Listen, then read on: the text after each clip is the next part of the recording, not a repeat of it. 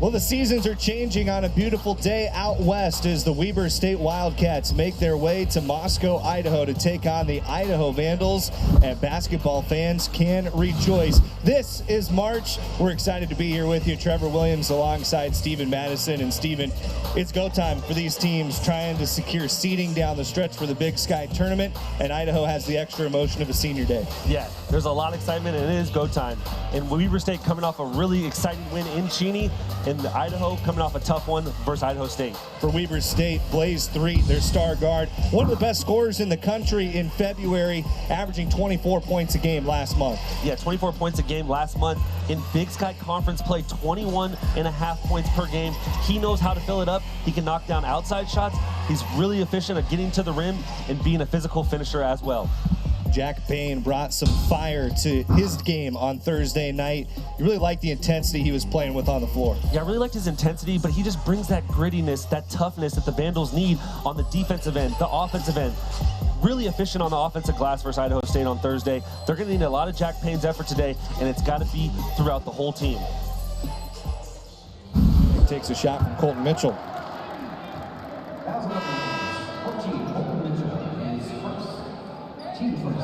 First foul on Idaho. You can see kind of the flail of the left arm there from Henning. Colton Mitchell trying to get an offensive foul there and trying to catch himself there, getting caught right in the neck as he's going.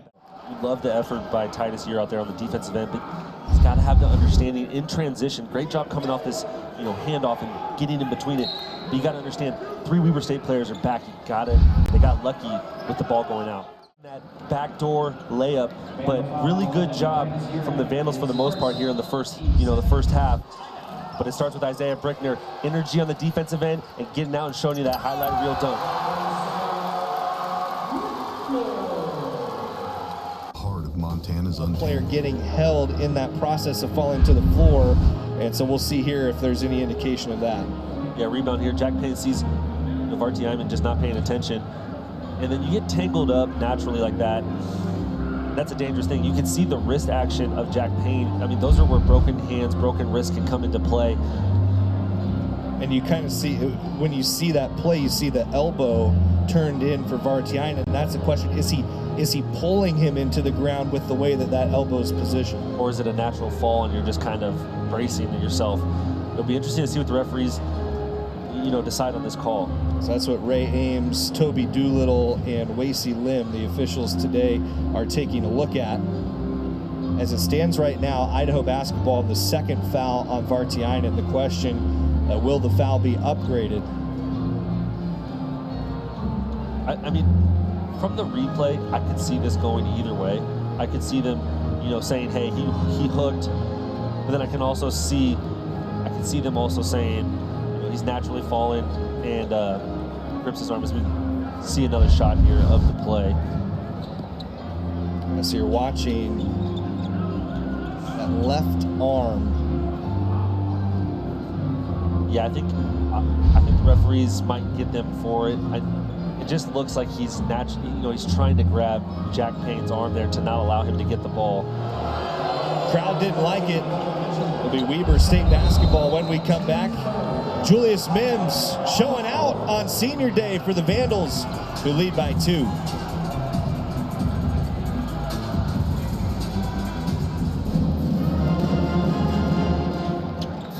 We were talking about it in the break here.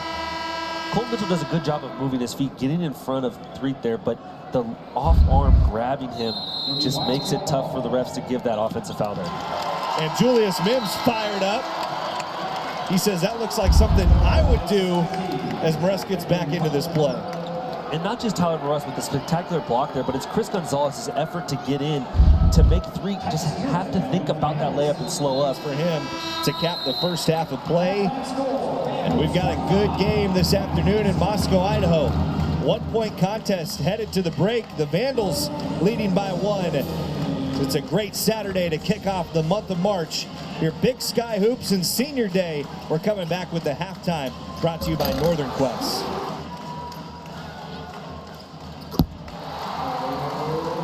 The Weber State Wildcats by 2.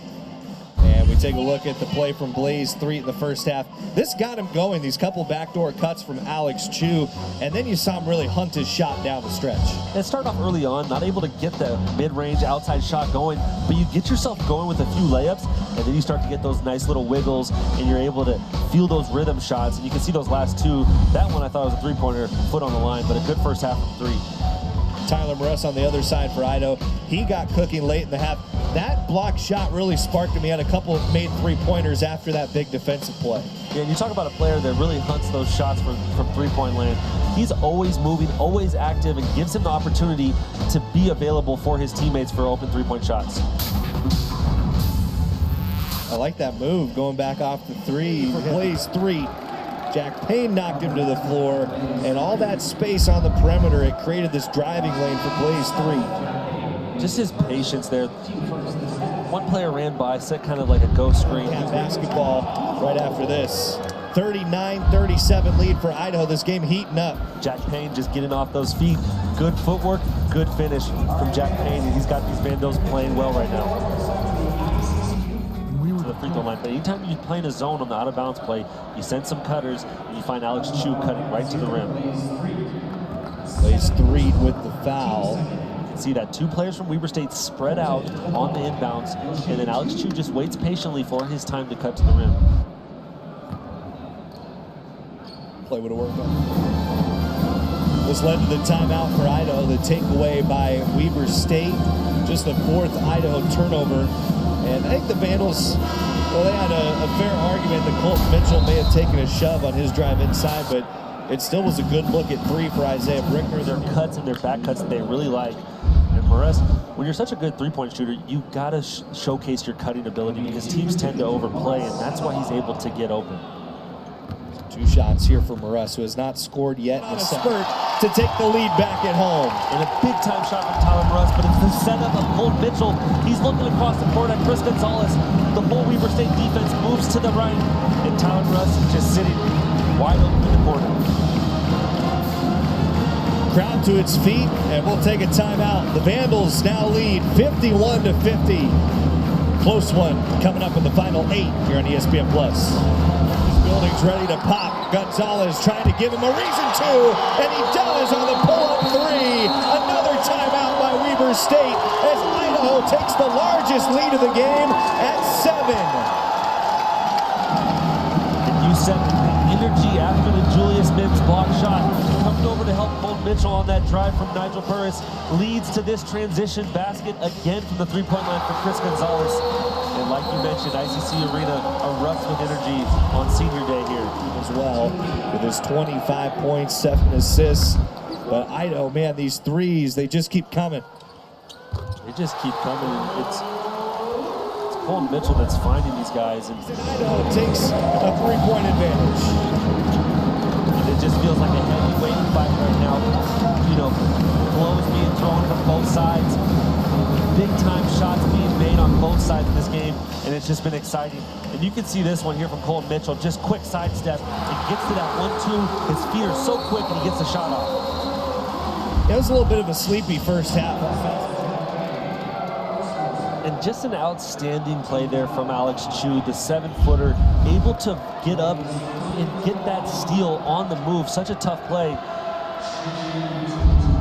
Vandals just got sped up there. That's something that you gotta just... Teams will head to their benches, but it looked in live play like it was off Nigel Burris, who was just trying to squeeze it. It's always interesting when you go to reviews on these ones, the slow motion, it always tells the tale of what actually happened here, but...